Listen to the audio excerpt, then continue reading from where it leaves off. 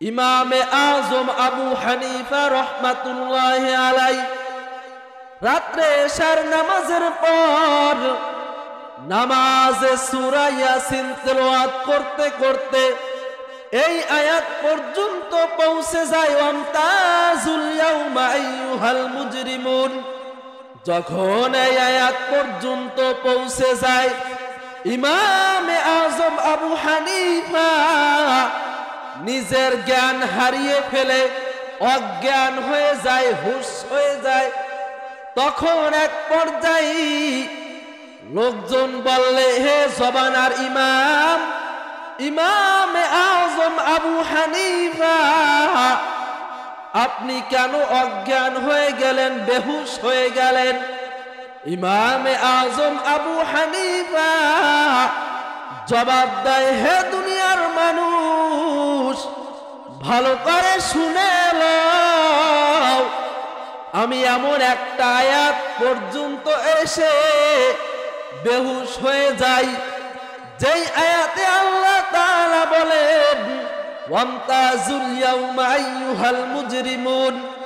কাল কিয়ামতের ময়দানে আল্লাহ তাআলা পাপিষ্ঠদেরকে বলবেন, ইমতাজ, হে মুজরিমের দল, পাপিষ্ঠের দল, তোমরা ভেগে যাও। দুনিয়ার জমিন আমি স্বাধীনতা দিয়েছিলাম, তুমি মানুষের হক নষ্ট করেছো, বাধা দি নাই, নামাজ পড়ো নাই, তোমাকে কোনো শাস্তি দেই নাই, হুজুরদের ওলামায়ে কিরামদের গীবত শিকায়েত করেছো, তোমাকে বাধা দেই নাই, মানুষের হক নষ্ট করেছো, তোমাকে বাধা দেই নাই। কিন্তু কাল কিয়ামতের ময়দানে আল্লাহ তাআলা বলবেন, আজ এমন একটা ইনসাফের বিচার, সব আলাদা হয়ে যাও, পৃথক হয়ে যাও, দুনিয়ায় স্বাধীনতা দিয়েছি, मैं दूर हो मजबूर हो ऐ सैयद आलम, दीदार दिखाते नहीं आवाज सुना दो,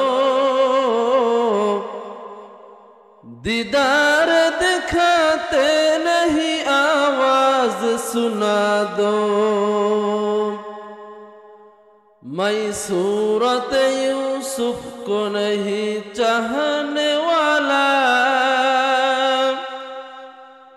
मैं सूरत यूसुफ को नहीं चाहने वाला, मैं कैसे के मानिंद नहीं आशिक लैला, मैं कैसे के मानिंद नहीं आशिक लैला। उल्फत में बराबर के वफा हो के जुपा हो, उल्फत में बराबर के वफा हो के जुपा हो, हर चीज में लज्जत है अगर दिल में मजा हो, हर चीज में लज्जत है अगर दिल में मजा हो। सुब्हानक ला इल्म लना इल्ला मा अल्लमतना, इन्नका अंतल अलीमुल हकीम। यहाँ हम सब मुसाफिर हैं, यहाँ हम सब मुसाफिर हैं, कब्र आखिर ठिकाना,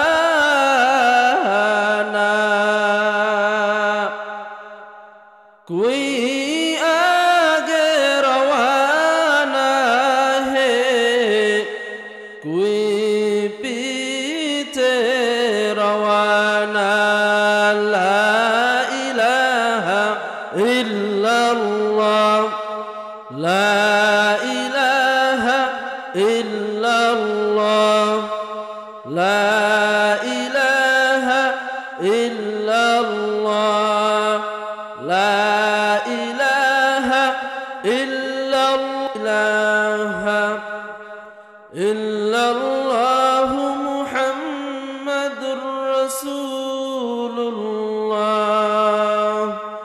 সাল্লাল্লাহু আলাইহি ওয়াসাল্লাম।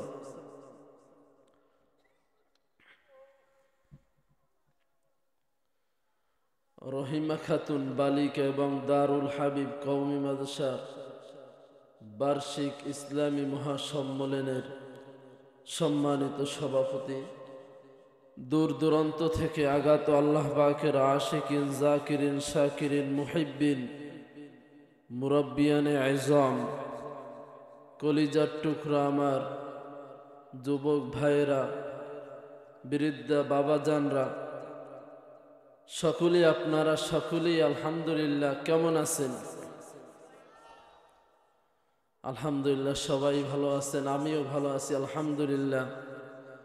যাই হোক, আপনারা অনেক শীতে কষ্ট করে বসে আছেন, আর আমিও অনেক দূর থেকে আসছি। আমারও শরীরটা তেমন ভালো না, 2-3 দিন যাবৎ পুরো গ্রামে রাত্রে শীতে শরীরে জ্বর, অনেক কষ্ট করে দূর থেকে আসছি। আর আপনারাও কষ্টে শীতের মধ্যে বসে আছেন, কিন্তু বসাটা কেমন জানি ভালো হয় নাই। আমি জানাই, যারা বাহিরে বাজারের ভিতরে আছেন, পথে ঘাটে আছেন, আমরা 2-1 মিনিট জিকির করব। জিকিরের মধ্যে যারা বাহিরে আছেন ভিতরে চলে আসবেন, আর আপনারা যারা মাঠে আছেন জিকিরের তালে তালে আপনারা সামনের দিকে এগিয়ে আসবেন। লা ইলাহা ইল্লাল্লাহ, লা ইলাহা ইল্লাল্লাহ, লা ইলাহা ইল্লাল্লাহ, লা ইলাহা ইল্লাল্লাহ, লা ইলাহা ইল্লাল্লাহ, লা ইলাহা ইল্লাল্লাহ, লা ইলাহা ইল্লাল্লাহ, লা ইলাহা ইল্লাল্লাহ, লা ইলাহা ইল্লাল্লাহ, মুহাম্মাদুর রাসূলুল্লাহ সাল্লাল্লাহু আলাইহি ওয়াসাল্লাম। আলহামদুলিল্লাহ, এখন সুন্দর, মাঠটা অনেক সুন্দর লাগে। এখন বসাটা রাসূলের সুন্নাত তরিকায় হয়েছে। যাই হোক, অনেক ওলামায়ে কেরাম আলোচনা করছেন, আপনারা শুনতেছেন, কিন্তু ওয়াজ মাহফিল আগের থেকে অনেক বাড়ছে, কিন্তু আপনার আমার আমল কমতেছে। সবাই সব কিছু জানি, এই আমি পথে আসলাম, কত জায়গায় দেখলাম যে ওয়াজ মাহফিল চলতে আছে, কিন্তু দেখেন দুঃখের বিষয়, কিন্তু আপনার আমার আমল কমতেছে। অথচ আপনার আমার উচিত ছিল যে একটা কথা জানার পর সেই অনুযায়ী আমল করা। এই জন্য আমি কোরআনুল কারীম থেকে এখানে আয়াত তেলাওয়াত করেছি। আয়াতের শানে নুজুল সম্পর্কে এবং আয়াতের ভিত্তিতে কিছু কথা বলবো। যেহেতু শীতের দিন, আপনারা সারাদিন কষ্ট করেন, আবার এখন রাত্রে বসে আছেন। আসলে দেখেন, অনেক সময় অনেক জায়গায় দেখি যারা বৃদ্ধ মানুষ, যারা বুড়ো মানুষ, তারাই একটু ওয়াজ নসিহতের দিকে আগানো। আজকে যুবক, আপনার আমার ছেলে 20 বছর, 25 বছর, 30 বছর বয়স, সে আমলের দিকে উঠে না। কিন্তু আপনারা যারা আছেন, আমার বাবার বয়সী, তারাই একটু আমলের দিকে আগাচ্ছেন। দেখেন মাঠের মধ্যে যারা আছেন অধিকাংশই দাড়ি পাখা মুসল্লি। এই জন্য আপনার আমারও যারা যুবক ভাই আপনারা এখন আছেন, এমন একটা সময় আসবে আমাদেরও দাড়িতে রং ধরে যাবে, কিন্তু তখন এখন যুবক অবস্থায় যে আমলটা করতে পারি, কিন্তু বৃদ্ধ অবস্থায় সে আমলটা করতে পারবো না। এখন মন চায় রুকু সেজদা যেভাবে দেয়া দরকার সেইভাবে দিতে পারি, কিন্তু যখন মুরাব্বি হয়ে যাবে, দাদা নানা হয়ে যাবে, তখন নিজেরে হাঁটতে কষ্ট হয়। নিজেই নাতিকে বলে যে আমাকে লাঠি দাও, আমি হাঁটতে পারি না। এমন একটা সময় আসবে। এই জন্য যুবক ভাইরা যারা আছেন, এই সময়টা অনেক গনিমতের সময়। পৃথিবী সব কিছু শেষ হয়ে যাবে, কিন্তু আপনি আব্দুর রহমান, আব্দুর রহিম, আব্দুল করিম নামের এমন একটা ব্যক্তি ছিলেন, কেউ চিনবে না। এটাই দুনিয়ার একটা নিজাম। আজকে আপনার জমি 200 বছর পর যিনি ভোগ করবেন তাকে আপনি চিনেন না, অথচ আপনার ছেলে মেয়েদের জন্য মাথার ঘাম পায়ে ফালাইয়া কত কষ্ট করতেছেন। কিন্তু যদি আপনি তাদেরকে দিনের পথে না চালাতে পারেন, তাহলে দুনিয়া শুধুই দুনিয়া। যাই হোক, কিছু কথা বললাম। এবার আসেন, যে আয়াতখানা তেলাওয়াত করেছি, অনেক ওলামায়ে কেরাম আলোচনা করেছে। সেই 9টা থেকে 8টা থেকেই শুরু, বিকালে দুপুরে আলোচনা হয়েছে। আবার আপনারা অনেক দীর্ঘ টাইম, লং টাইম আলোচনা শুনছেন। আসলে আলোচনা কোরআন হাদিস থেকে সব হুজুররা ওলামায়ে কেরাম করে। সেই ভিত্তিতে আমিও একখানা আয়াত তেলাওয়াত করেছি। আয়াতখানা হলো, ইয়া আইয়ুহাল্লাযীনা আমানু দুখুলু ফিস সিলমি কাফা। আল্লাহ তাআলা কোরআনুল কারীমে বিভিন্ন আয়াত বিভিন্ন সময় নাজিল করেছেন। আর আল্লাহ তাআলা এক এক সময় কিছু কিছু আয়াত আল্লাহ তাআলা ডাক দিছেন, ইয়া আইয়ুহান নাস। আর আমি যে আয়াতখানা তেলাওয়াত করেছি, এই আয়াতের মধ্যে আল্লাহ তাআলা বলেন, ইয়া আইয়ুহাল্লাযীনা আমানু, হে ঈমানদারগণ। আল্লাহ তাআলা ঈমানদারকে ডাক দিয়ে একটা নির্দেশ দিয়েছেন, আদেশ দিয়েছেন। কিন্তু প্রশ্ন হলো, আমরা এখানে যারা আসছি, আমরা সকলেই তো ঈমানদার, ঠিক কিনা ভাই বলেন? সকলেই ঈমানদার, সকলেই কালেমা পড়েছি, ঈমান এনেছি। হয়তো ঈমানের পাওয়ার কম বেশি হতে পারে, কিন্তু সকলে তো কালিমা পড়েছি, ঈমান এনেছি। আল্লাহ তাআলা আপনাকে আমাকে আবার ঈমানদার বলে ডাক দিছেন, ইয়া আইয়ুহাল্লাযীনা আমানু, হে ঈমানদারগণ। একটা সোয়ালে মুকদ্দার, আশ্চর্য প্রশ্ন, যে ঈমানদার তাকে আল্লাহ তাআলা আবার ডাক দিছেন। এভাবে শুধু একটা আয়াত না, কোরআনুল কারীমে আরো অনেক আয়াত আছে। ঈমানদারকে আল্লাহ তাআলা ডাক দিয়ে দিয়ে বিভিন্ন আয়াতে বিভিন্ন আদেশ করেছেন। ঠিক তেমনি ভাবে এই আয়াতে আল্লাহ তাআলা ঈমানদারকে ডাক দিয়ে একটা নির্দেশ দিয়েছেন, ইয়া আইয়ুহাল্লাযীনা আমানু, হে ঈমানদারগণ, উদখুলু ফিস সিলমি কাফা, তোমরা প্রবেশ করো। কোথায় প্রবেশ করবা গো? আল্লাহ তাআলা বলেন, ফিস সিলমি কাফা, ইসলামের মধ্যে প্রবেশ, পরিপূর্ণভাবে প্রবেশ করো গো। প্রশ্ন হলো, যিনি নামাজ পড়ে তাকে তো বলা লাগে না যে আপনি নামাজ পড়েন। যিনি রোজা রাখে তাকে তো বলা লাগে না যে আপনি রোজা রাখেন। যিনি ঈমান এনেছেন তাকে তো বলা লাগে না, হে ঈমানদারগণ। আল্লাহ তাআলা কেন বললেন? ওরে বান্দা, আল্লাহ তাআলা বললেন এই জন্য যে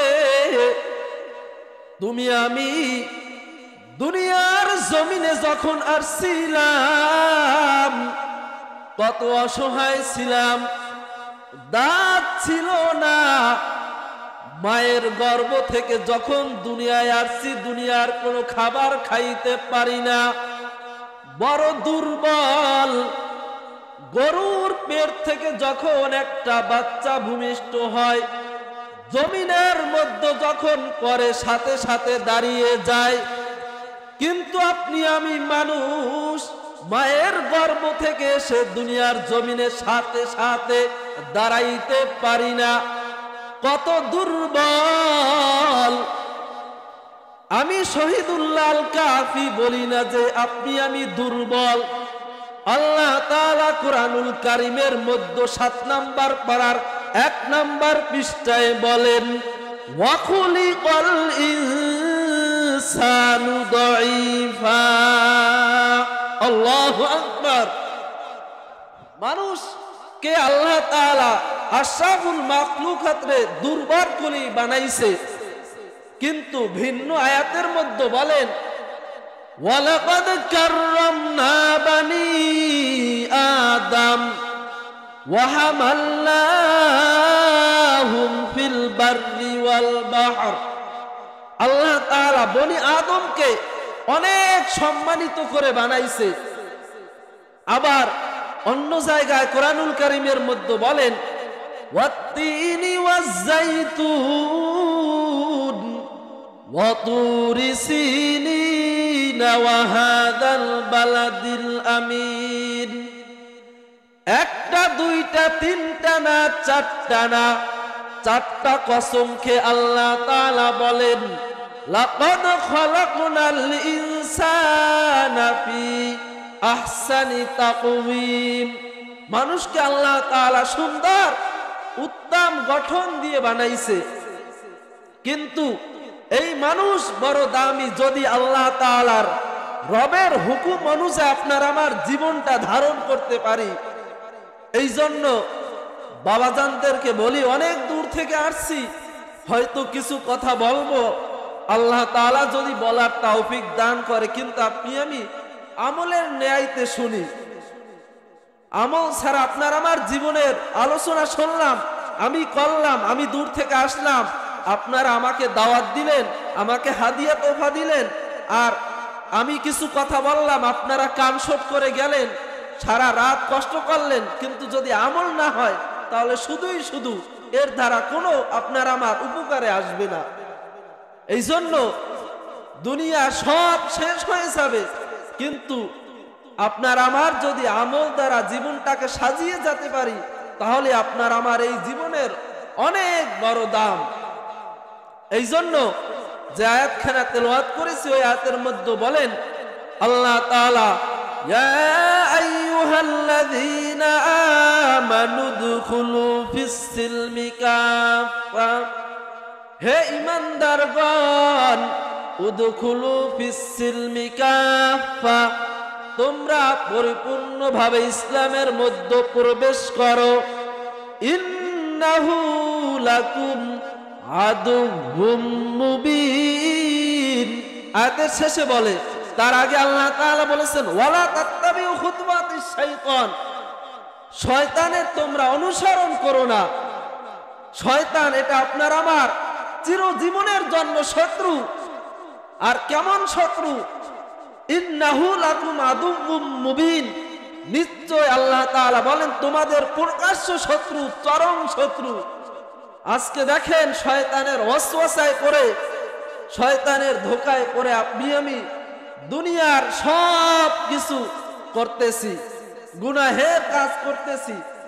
কিন্তু ভাই, ইসলাম আল্লাহ তাআলা আয়াতের মধ্যে বলেছেন যে তোমরা পরিপূর্ণভাবে ইসলামের মধ্যে প্রবেশ করো। হে ঈমানদারগণ, ঈমানদার কি আল্লাহ তাআলা বলতেছে যে হে ঈমানদারগণ, তোমরা ইসলামের মধ্যে প্রবেশ করো পরিপূর্ণভাবে। এই আয়াতখানে আল্লাহ তাআলা নাজিল করেছেন হযরত আব্দুল্লাহ ইবনে সালাম রাদিয়াল্লাহু তাআলা আনহু। ইসলাম ধর্ম গ্রহণ করেছেন। গ্রহণ করার পর ইসলামের সব বিধিবিধান মানতেছে, কিন্তু উটের গোশত খাইতেছেন না। আব্দুল্লাহ ইবনে সালাম রাদিয়াল্লাহু তাআলা আনহু, আপনারা বলেন যে ইসলামের মধ্যে উটের গোশত খাওয়া এটা হালাল না হারাম? হালাল। ঠিক আব্দুল্লাহ ইবনে সালাম রাদিয়াল্লাহু তাআলা আনহু যেই ধর্মে পূর্বে ছিল, ওই ধর্মের মধ্যে এই উটের গোশত খাওয়া এটা নিষেধ ছিল। ঠিক যখন তিনি ইসলাম ধর্ম গ্রহণ করেছেন, তখন তিনি উটের গোশত খায় না। তখন আল্লাহ তাআলা এই আয়াতখানা নাজিল করলেন যে ইয়া আইয়ুহাল্লাযীনা আমানু দুখুলু ফিস-সিলমি কাফা, হে ঈমানদারগণ, হে আব্দুল্লাহ ইবনে সালাম রাদিয়াল্লাহু তাআলা আনহু, যখন তুমি ইসলামের মধ্যে প্রবেশ করেছো, ইসলামের পরিপূর্ণভাবে হক আদায় করে করে ইসলামের বিধিবিধান মানো। কেননা ইসলাম ধর্ম এমন একটা ধর্ম গো, যেই ধর্মের মধ্যে যেই ঢুকবে তার জীবন বড় আলোকিত হয়ে যাবে। ইসলাম ধর্মের মধ্যে যিনি প্রবেশ করবে তার ইহকাল শান্তি, পরকাল শান্তি, দুনিয়াও সুন্দর হয়ে যাবে, পরকালও সুন্দর হয়ে যাবে। দুনিয়ায়ও মাটি পর্যন্ত দোয়া করবে। আপনার আমার যখন মৃত্যু হয়ে যাবে তখন এই মাটি দোয়া করবে, আল্লাহ তাআলার কাছে ফরিয়াদ করবে, আল্লাহ আমি জমিন আমার মধ্যে আপনার এমন এক বান্দা ছিল, যেই বান্দা আপনার পরিপূর্ণ গোলামি করেছে, ইবাদত বন্দেগী করেছে, তিনি আজ মৃত্যুবরণ হয়ে গেছে গো। আল্লাহ তাআলার কাছে আবদার করবে, কিন্তু ওরে ভাই আমার, আপনার আমার মৃত্যু যখন হয়ে যাবে দুনিয়ায় কেউ রাখতে পারবে না। ওই এলাকার মুসলমান অনেক দূর থেকে আসছি গো, শরীরটাও বেশি ভালো না, আপনাদের হাতে ধরি পায়ে ধরি গো। এখনো যারা আমি আপনাদের মেহমান মুসাফির মানুষ, আমাকে মেহমান রেখে আপনারা যারা এখনো দোকান পাতে বসে আছেন গো, বাইরে বসে আছেন, আজ এখানে জান্নাতি মেলা বইছে গো, আজই মিলছে মেলা, কিন্তু কাল এখানে আপনারা আমাকে পাইবেন না, আর আপনারাও আমাকে পাইবেন না, কেউই কেউ পাইব না। হয়তো এখানে অনেক বাবার আছে গো, আর জীবনে যাদেরকে পাবো না এটাই শেষ দেখা। কিন্তু যেহেতু অনেক দূর থেকে আসছি গো, মায়ার বাঁধনে হাতে ধরি পায়ে ধরি কিছু কথা বলে যাই। যেহেতু মাদ্রাসায় পড়েছি, আলেম হয়েছি, হাফেজ হয়েছি, আপনাদের দিনের পথে ডাকতেছি, কিন্তু যদি ওই মালিক ধরে যে হে শহীদুল্লাহ, তোমাকে আমি ইলমে দ্বীন অর্জন, ইলমে দ্বীনের জ্ঞান দিয়েছি, তুমি মানুষকে কোথায় কি ডেকেছো, নিজে কি আমল করেছো, কি জবাব দেব? এই জন্য ভাইজানদেরকে বলি, ও আব্বা জান, কোনো বাহাদুরি নাই, কোনো হিংসা নাই, কোনো দেমাগ নাই, অনেক দূর থেকে আসছি, কষ্ট করে করে আসছি গো, পথে আসছি আর ট্যাবলেট বড়ি খাইতে খাইতে আসছি, কিন্তু অনেক কষ্টের পর যখন নেত্রকোনা আসছি তখনও চোখ দিয়ে পানি পড়ে। আজকে ফজরের পর এমন একটা নদী পাড়ি দিছি, নদীর মধ্যে কুয়াশার মধ্যে 4 ঘন্টা শুধু ট্রলার ঘুরছে, কোনো কুল কিনারা পায় না। মনে চাইছিল যে যাব না, কিন্তু যেহেতু ওয়াদা দিয়েছি, ওয়াদা খেলাপ করি নাই, আসছি। এই জন্য বাবা জান কিছু কথা বলবো, যে কথাগুলো বলতেছি শুধু কান ছোট করেন না, অন্তরে কিছু লাগান। আজ এখানে ওই জান্নাতি পরিবেশ, জান্নাতি মেলা মিলছে, কি সুন্দর একটা পরিবেশ। অনেক জায়গায় যাই, কোনো মানুষের আগ্রহ পাই না, কিন্তু শীতের মধ্যে আব্বা জানরা কি সুন্দর বই আছেন, ও বাবা জান কিছুই দিতে পারবো না। এখানে উদ্দেশ্য মাকসাদ একটাই, যেন আল্লাহ তাআলা, জীবনে অনেক গুনাহ করেছি, আজকে এখানে বসে যেন মালিকের কাছে কান্না করে করে যেন নিজের জীবনটা পাক পবিত্র করাইতে পারি। আল্লাহ তাআলা যেন আপনাকে আমাকে কবুল করেন, আমিন।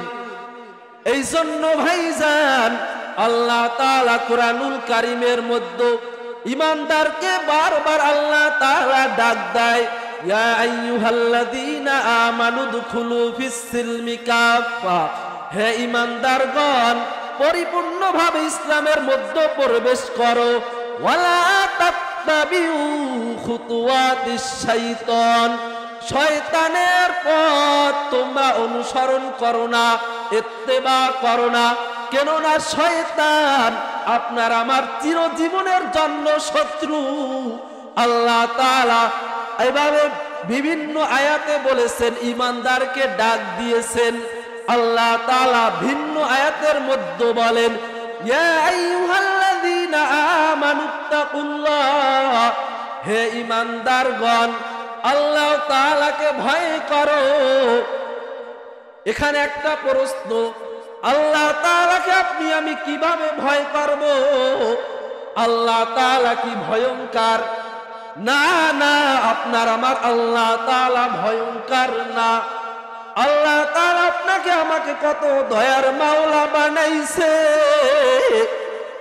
এমন সুন্দর গঠন দিয়ে বানাইছে।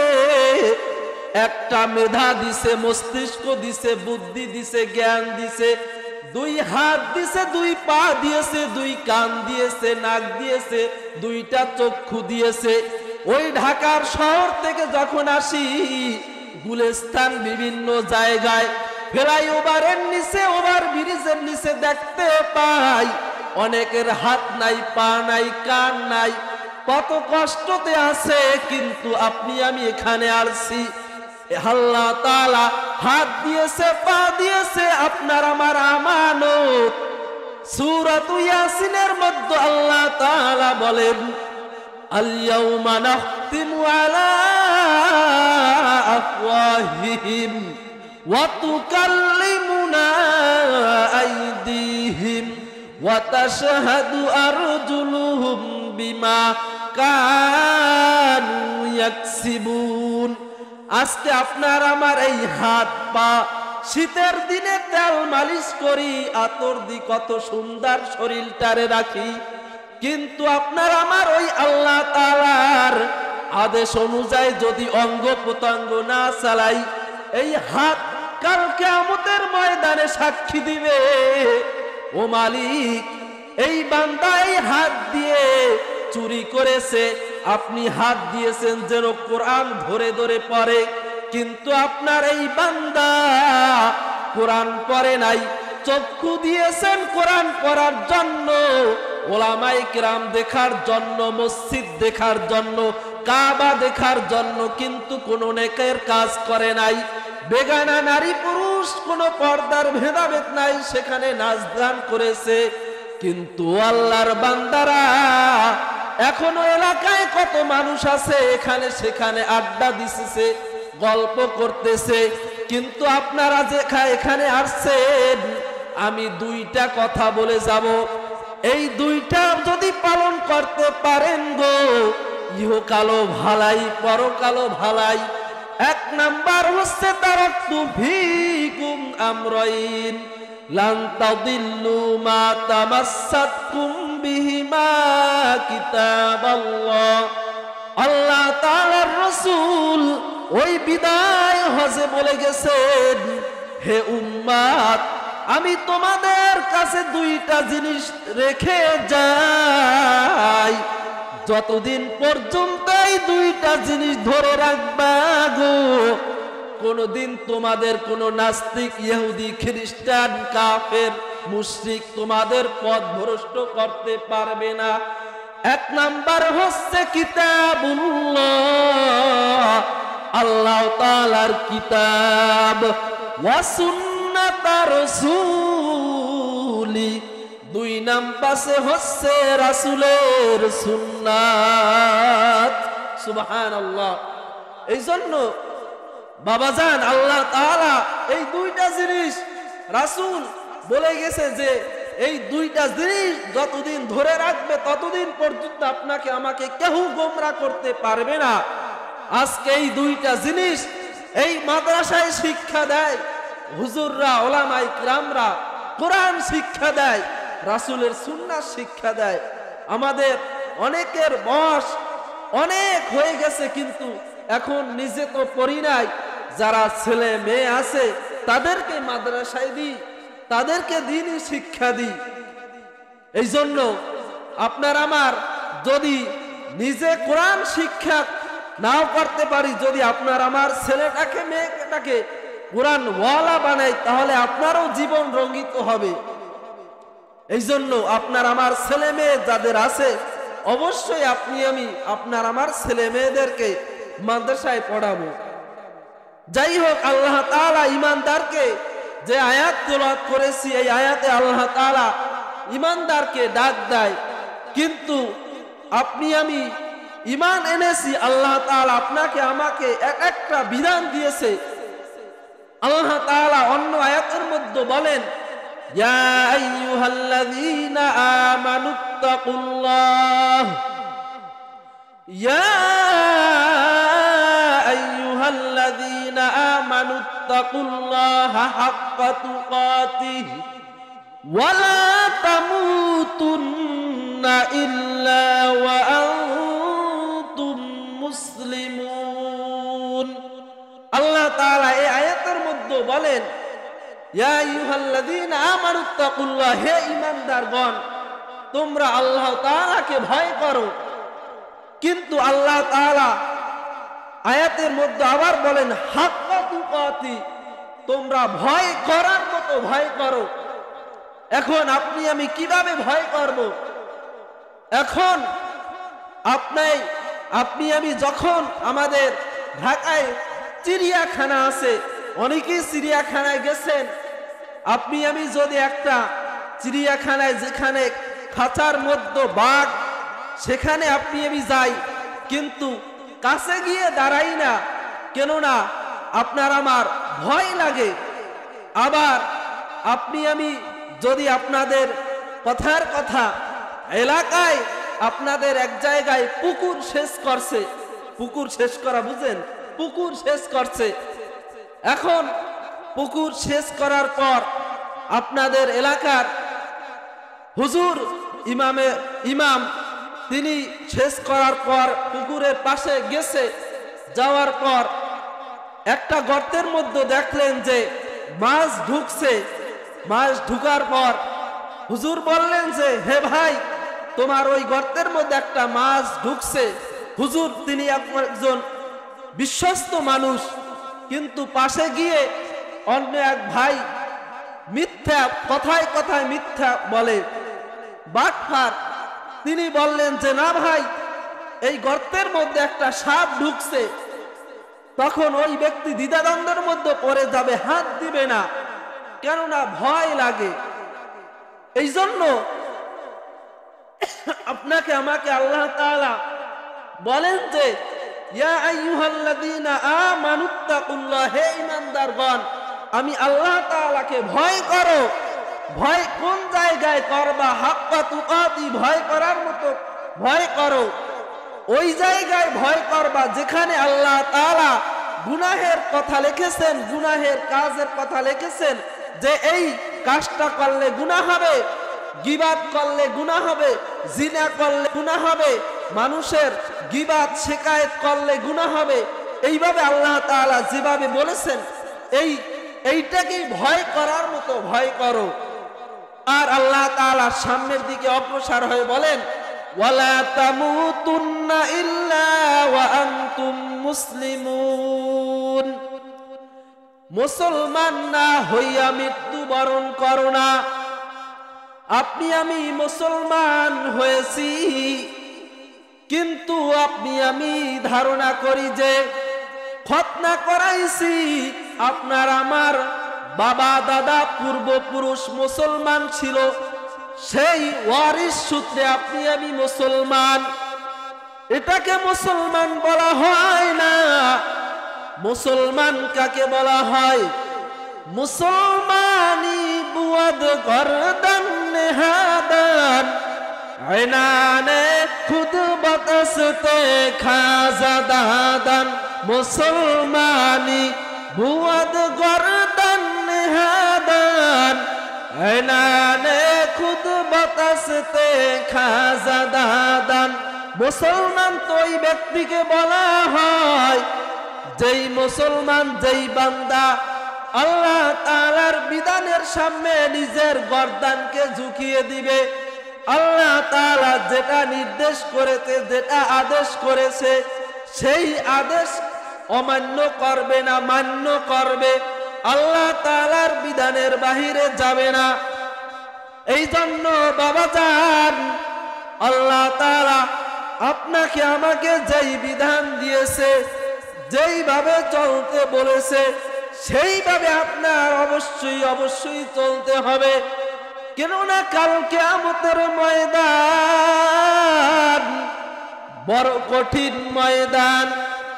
আজকে দুনিয়ার জমিনে চলাফেরা করতেছি, কে গুনাহগার, কে পরহেজগার, কে চোর, কে ডাকাত, কে বুজুর্গ, কে নামাজি, কে বেনামাজি, কোনো বেদায়েত নাই। কাল কিয়ামতের ময়দান ইমামে আজম আবু হানিফা রহমাতুল্লাহি আলাইহি রাত্রে এশার নামাজের পর নামাজে সূরা ইয়াসিন তেলাওয়াত করতে করতে এই আয়াত পর্যন্ত পৌঁছে যায়, ওয়ামতাজুল ইয়াউমা আইয়ুহাল মুজরিমুন। যখন এই আয়াত পর্যন্ত পৌঁছে যায়, ইমামে আজম আবু হানিফা নিজের জ্ঞান হারিয়ে ফেলে অজ্ঞান হয়ে যায়, হুঁশ হয়ে যায়। তখন এক পর্যায়ে লোকজন বললে, হে জবানার ইমাম, ইমামে আজম আবু হানিফা, আপনি কেন অজ্ঞান হয়ে গেলেন, বেহুশ হয়ে গেলেন? ইমামে আজম আবু হানিফা জবাব দেয়, হে দুনিয়ার মানুষ, ভালো করে শুনে লও, আমি এমন একটা আয়াত পর্যন্ত এসে বেহুশ হয়ে যাই, যেই আয়াতে আল্লাহ তাআলা বলেন, ওয়ামতাজুল ইয়াউমা আইয়ুহাল মুজরিমুন। কাল কিয়ামতের ময়দানে আল্লাহ তাআলা পাপিষ্ঠদেরকে বলবেন, ইমতাজ, হে মুজরিমের দল, পাপিষ্ঠের দল, তোমরা ভেগে যাও। দুনিয়ার জমিন আমি স্বাধীনতা দিয়েছিলাম, তুমি মানুষের হক নষ্ট করেছো, বাধা দি নাই, নামাজ পড়ো নাই, তোমাকে কোনো শাস্তি দেই নাই, হুজুরদের, ওলামায়ে কেরামদের গীবত শিকায়েত করেছো, তোমাকে বাধা দেই নাই, মানুষের হক নষ্ট করেছো, তোমাকে বাধা দেই নাই। কিন্তু কাল কিয়ামতের ময়দানে আল্লাহ তাআলা বলবেন, আজ এমন একটা ইনসাফের বিচার, সব আলাদা হয়ে যাও, পৃথক হয়ে যাও। দুনিয়ায় স্বাধীনতা দিয়েছি, অনেক জায়গায় গ্রামগঞ্জে দেখবেন, ঢাকার শহরেও দেখেছি, অনেক ছেলেরা ঘূর্ণি উঠায়, ঘূর্ণি বাতাসে উঠায়, ঘূর্ণির রশিটা হাতে রেখে দেয়, ঘূর্ণিকে বলে যে তুমি যত নাচো, উঠে যাও, উড়ে যাও, তোমার কে কোনো বাধা নাই। কিন্তু আবার যখন টান দিবে গো, সাথে সাথে চলে আসবে। ঠিক তেমনি ভাবে কাল কিয়ামতের ময়দান আল্লাহ তাআলা আপনাকে আমাকে উঠাইবে। ওই কিয়ামতের ময়দানে আল্লাহ তাআলা আপনাকে আমাকে পরিপূর্ণভাবে হিসাব নেবে। চেহারে বান্দা, আমি তোমাকে অনেক সুন্দর করে বানাইছি, লাকাদ খালাকনাল ইনসানা ফি আহসানি তাকওয়িম, কত সুন্দর গঠন দিয়া বানাইছে আল্লাহ তাআলা। অন্য আয়াতে বলেন, ওয়ালাকাদ কাররামনা বানি আদম, আদমকে আল্লাহ তাআলা সম্মানিত করে বানাইছে। ওরে বান্দা, এত সম্মানিত করে বানানোর পর আল্লাহ তাআলা আপনাকে আমাকে জাহান্নামে দিতে চায় না, কিন্তু আপনার কপালটা, আমার কপালটা বড় খারাপ।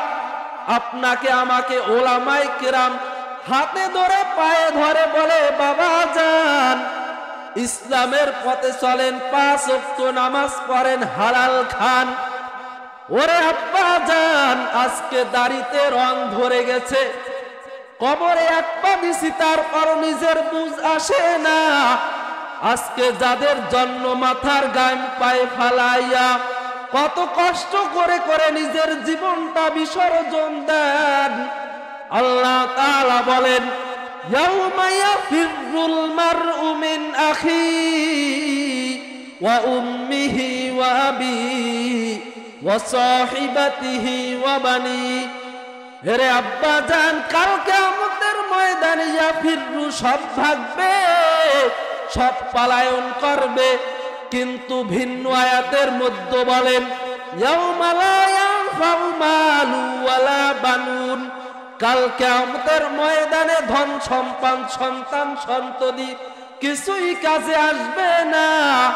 19 নাম্বার পারায় সূরাতুশ শুআরার মধ্যে বলেন, ইল্লা মান আতাল্লাহা বিকলবিন সালিম, যদি একটা সুস্থ অন্তর, পবিত্র অন্তর, পবিত্র কলব নিয়ে ওই মালিকের দরবারে হাজিরা দিতে পারি গো, তাহলেই কাজে আসবে।